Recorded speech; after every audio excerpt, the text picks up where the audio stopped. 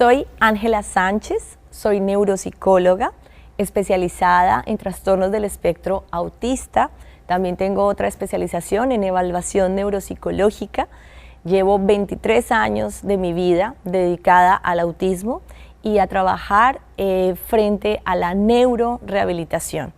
A eso he dedicado mi vida. Soy hija de dos santanderianos que nací en una ciudad que se llama Bucaramanga, en Colombia, y durante muchos años viví en Bogotá, otros tantos en México, y bueno, estamos ahora también acá en Miami, empezando un nuevo camino con mi clínica, Neurorehabilitar. Neurorehabilitar tiene 18 años de existencia y la clínica Neurorehabilitar pues tiene sedes en Bogotá y ahora su nueva sede acá en Miami. ¿Qué me ha llevado hasta acá, ya este camino? Hace 23 años no tenía muy claro a qué me iba a dedicar en la psicología. Sabía que mi vida estaba enfocada en hacer posible una vida mejor a algún ser humano. Y pensé que era más en grupos sociales y empecé a caminar en esto. Me encuentro en México sin muy clara sobre qué iba a hacer y descubro un diplomado en autismo. Y ese día fui y lo tomé. Cuando me monté al carro, le dije a la persona que me recogió, ya sé a qué me voy a dedicar el resto de mi vida. Y eso fue hace 23 años, en el año 2000, en México. Entonces, no tenía muy claro qué iba a hacer y a qué me iba a dedicar.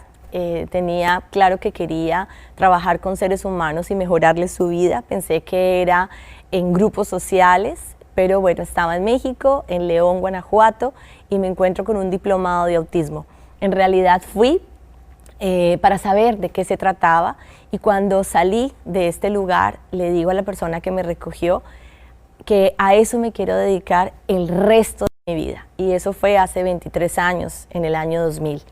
Así que bueno, llevo dedicada toda mi vida a entender qué pasa con las personas con autismo. He dedicado mi vida a pensar que las personas con autismo tienen la posibilidad de hacer algo diferente y que de alguna manera un pronóstico nace a partir de la fe, y ese pronóstico nace no solo la fe de ese padre o esa madre, sino también del profesional. Y de ahí nace todo. Cuando en ese momento tenía la oportunidad de trabajar con niños pequeños y me daba cuenta que las mamás, aunque tuvieran todo el recurso económico, no sabían qué hacer. Muchos médicos ya les habían dicho que lo lamento, su hijo tiene autismo, ya no hay nada que hacer. Cuando llegaban a nuestras manos, pues nosotros teníamos que trabajar desde esa desesperanza con la que los padres ya llegaban. Y ahí empecé a darme cuenta que tenía que pensar qué había que hacer. Si tuviera todos los recursos, si tuviera todo el dinero del mundo, ¿qué se podría hacer para mejorar la calidad de vida de una persona con autismo? Y de ahí nace el método integrativo, que lo escribí más o menos para el año 2003, 2004, donde veía la necesidad de tener una mirada integral, que la persona con autismo no solamente era un cerebro, no solamente era un pedazo, sino que una persona con autismo era un sistema completo. Y el primero y el más importante era en qué sistema familiar se encontraba. Y poder observar la familia, observar cuáles eran sus principios, cuáles eran sus creencias, cuáles era su fe. Y bueno, para el año 2003, ahí ya decido escribir el método integrativo, pensando en que teníamos que mirar a esa persona o a ese niño o a ese joven que llegaba como un sistema completo, y el más importante, el que yo tenía que más mirar, tenía que ver con la familia. ¿Cómo estaba esa familia? ¿Qué creencias tenía? ¿Qué le habían dicho? ¿Cómo se sentía emocionalmente? ¿Qué pautas de crianza manejaba en su casa? Para esa persona o para esa familia, ¿qué era tener autismo? Y viví muchas experiencias. Yo tuve mamás que me traían niños donde me decían tiene autismo y el niño actuaba como si tuviera parálisis cerebral, y entonces me confundía, y cuando la mamá se iba, el niño empezaba a actuar sí, más dentro del espectro, más parecido al espectro, pero no con problemas motores. Empezamos, pero no entiendo qué está sucediendo. Y era, claro, era que la mamá creía que el autismo era como una parálisis cerebral y trataba a ese niño como si tuviera parálisis cerebral y por ende el niño ante ella respondía incluso con una alteración motora. O sea, es necesario mirar qué pasa al interior de la familia. Y lo más importante que aprendí, porque estuve y he caminado alrededor de mamás, el autismo se trabaja con las mamás, perdón que no diga papás, pero la mayoría son las mamás, o claro que hay papás maravillosos y los tengo en mi alma y en mi corazón, pero la mayoría son mamás, y estas mamás me enseñaron algo y era, están haciendo todo por amor. Lo que estén haciendo, mal o bien, lo están haciendo desde sus conocimientos, desde sus herramientas, y creo que lo menos que yo podría hacer era juzgarlas. Y parte de lo que yo he venido haciendo con el método integrativo y ganándome muchos enemigos es, no tengo que juzgar a la familia, tengo que acompañar a la familia, conocer a la familia, abrazar a la familia y yo como profesional responsabilizarme de lo que esa familia hace o no hace, porque está en mí hacer un cambio en ella para que esta familia modifique lo que tenga que realizar para que su hijo avance de una mejor manera. Luego viene toda la parte terapéutica y entonces empezaba a darme cuenta que no solamente había que hacer una intervención conductual, en ese momento solamente existía el ABA, solamente existía fórmulas mágicas conductuales y empezaba a darme cuenta que no podíamos mirar el autismo como solo la conducta. Y tuve una experiencia supremamente dura con uno de mis niños, que yo de lejos yo había entrenado a la madre para que le dijera al niño que se sentara o se parara y que cuando se parara le diera una papita. Yo estoy hablando de esto hace 20 años, ¿no? Y entonces cuando yo estaba en un centro comercial, de lejos tuve la oportunidad de ver a esta mamá diciéndole al niño parado con una papita, él se levanta, abre la boca y ella empieza a caminar y él con la boquita abierta la seguía y ahí me di cuenta que yo no podía seguir haciendo más esto, que tenía que ir más allá de la conducta, que mi niño no solamente era esto, que tenía que pensar en sus emociones, en sus gustos, en que él era en sí un ser social, que tuviera dificultades para verbalizarlo, que tuviera dificultades para interpretarlo, que tuviera dificultades en comprender las reglas sociales, no hacía que él no tuviera emoción, no hacía que él no fuera, de hecho, un ser social. Y ahí empieza todo mi camino y a nivel terapéutico empezamos a revisar todas las terapias integrales, como es fonoaudiología, terapia ocupacional, fisioterapia o psicomotricidad, todo lo que tiene que ver con la terapia cognitiva musical, que es tan importante para nuestros niños, la hidroterapia, la terapia neurosensorial, la equinoterapia, y empezar a darnos cuenta que todas esas terapias, de alguna u otra manera, iban a ayudar en el proceso de estos niños. Cualquiera que se eligiera debería ser una intervención individual, porque los cerebros son únicos y se deben evaluar de una manera o con una identificación individual, no grupal. No todos los cerebros de un niño con autismo son iguales, son completamente diferentes. Todos nuestros seres humanos, todos nuestros cerebros como seres humanos son como una huella dactilar. Las redes neuronales son completamente diferentes entre uno y otro. Y entonces, al hacer esa evaluación, que más adelante lo voy a profundizar, lo que vamos a descubrir es qué realmente necesita este niño y qué terapias de verdad necesita este niño individuales, o sea, el 1-1, para ir logrando que vaya creando red neuronal y mejorando sus procesos. Y ya ahí vamos caminando, ya vamos creyendo muchísimo en algo que es la neuroplasia, que es donde marca la diferencia, donde decimos, este cerebro, si yo lo estimulo de una manera adecuada y en el área adecuada, este cerebro va a cambiar y va a tener una mejor respuesta. Entonces, como ven, la familia se evalúa y se le da criterio y se le revisa cómo anda. Por el otro lado, el equipo interdisciplinario terapéutico ya tiene muy claro qué actividades tiene que realizar. Luego viene la parte social y es dónde va a estar este niño, dónde lo voy a ubicar. Y lo más lógico es que nuestros niños tienen un lugar en el mundo. No un lugar especial, un lugar en el mundo como cualquier otro niño. Y eso se llama aprendizaje universal, así que nuestros niños tienen que estar bienvenidos en la escuela regular.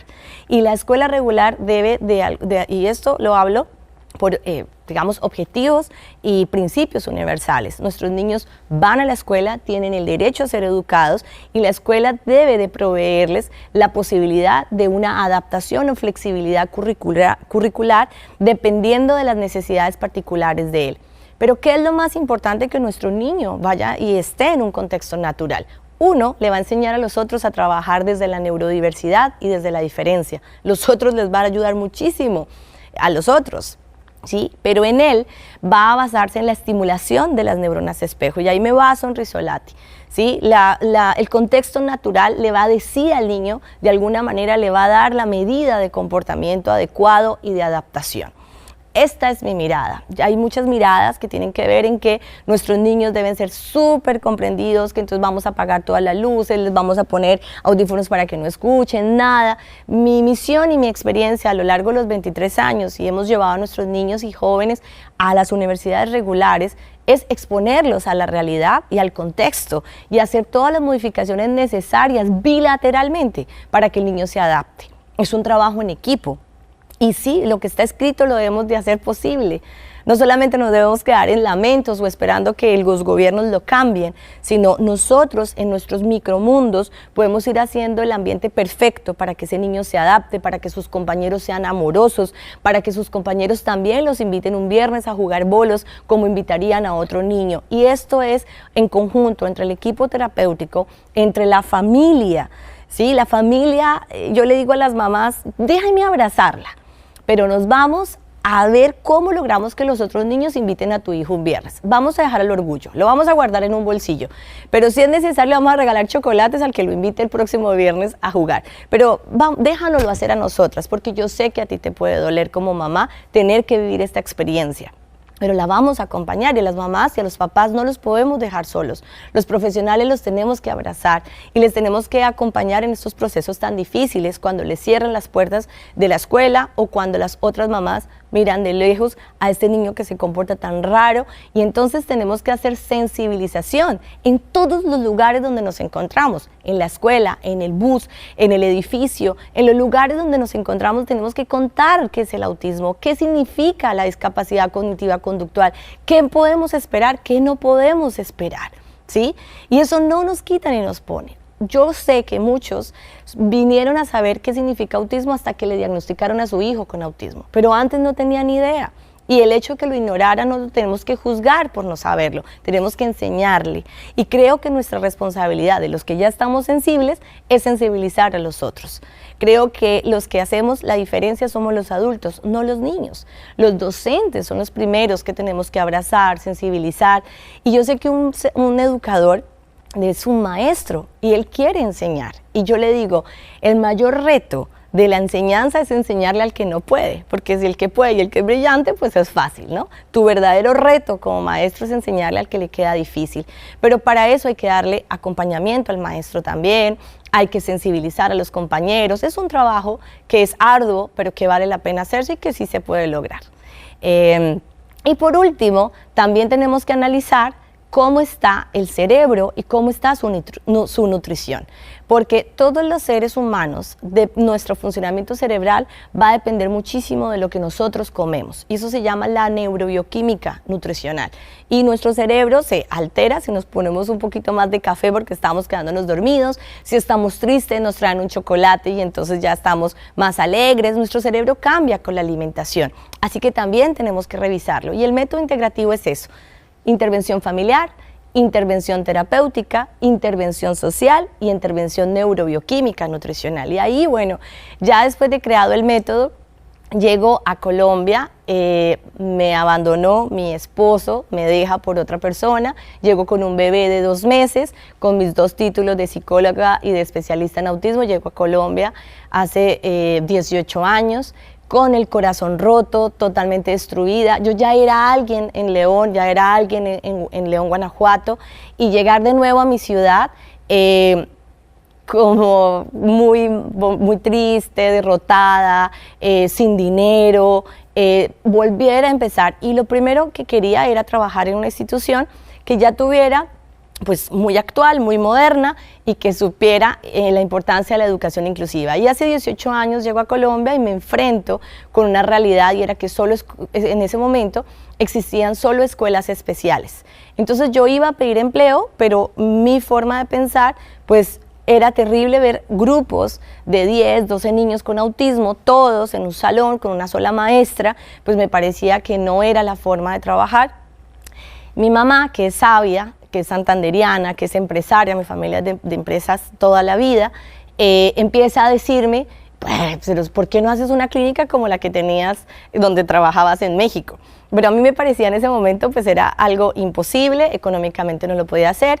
Y ahí aparece un ángel para mí, que es mi hermana Cecilia, que ella cree en mí. De hecho, recuerdo que yo le expliqué qué era la clínica y cómo lo íbamos a hacer y cómo íbamos a hacer la metodología en una servilleta, en una fila, que íbamos a pagar unos impuestos, y yo ahí le pude explicar en una servilleta cómo era la clínica. Ella cree en mí y nos unimos. Ella tenía una casa, pone la casa, pone dinero, pone su energía, pone la parte administrativa. En su momento pegamos el piso con nuestras manos. Empezamos en un rincón que es chistoso, lo que voy a contarles, porque realmente esa casa, lo que existía antes de ser la clínica Neurorehabilitar, que es digamos, la vía pública más grande, era una casa que era un bar.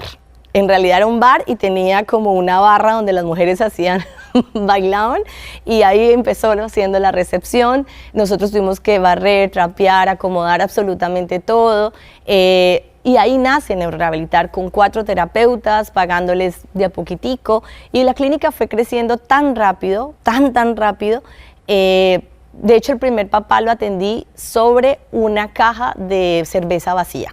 El papá vino y dijo, yo necesito que me ayuden con mi hijo. Ese niño se llama Nicolás Reyes. Nicolás tiene hoy ya muchos años, en su momento tenía 9 cuando llegó. Y ese primer papá creyó en nosotros, y de ahí otro tras otro tras otro. Y hoy Neurorehabilitar tiene más de 360 terapeutas. Somos la clínica más grande de autismo que existe en Colombia, y no sé si existe otra de ese nivel en otros países.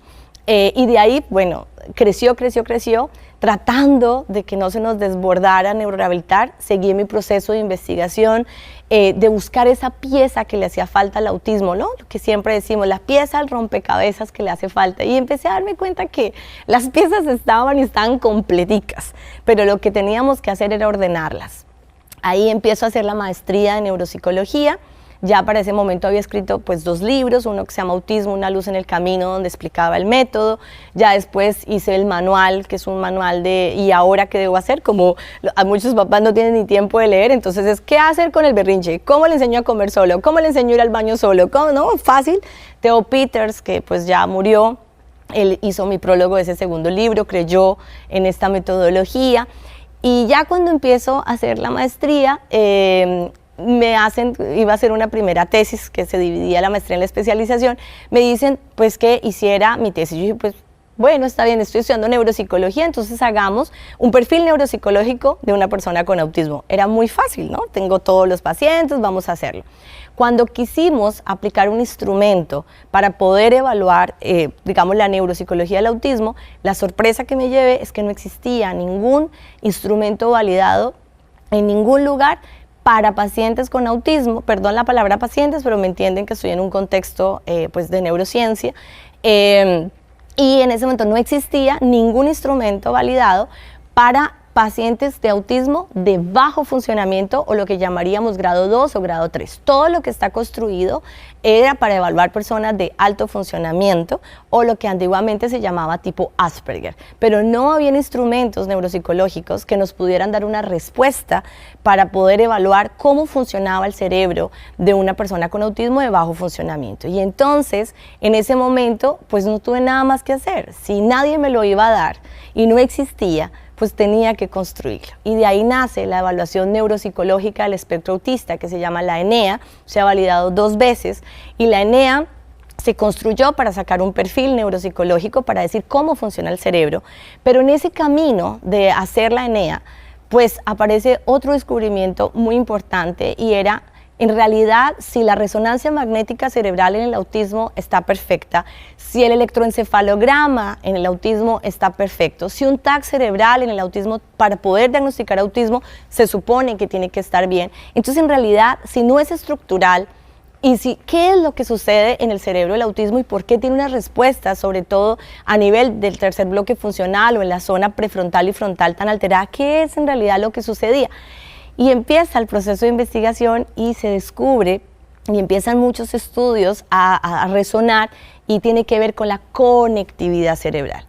La maravillosa conectividad, porque es que si es conectividad, eso nos ayuda a pensar que podemos hacer actividades que pueden volver a crear las conexiones, porque la dendrificación neuronal se hace a través de las estimulaciones, y las estimulaciones es aprender cosas nuevas cada día. Esa es la verdadera estimulación para crear nuevas redes neuronales.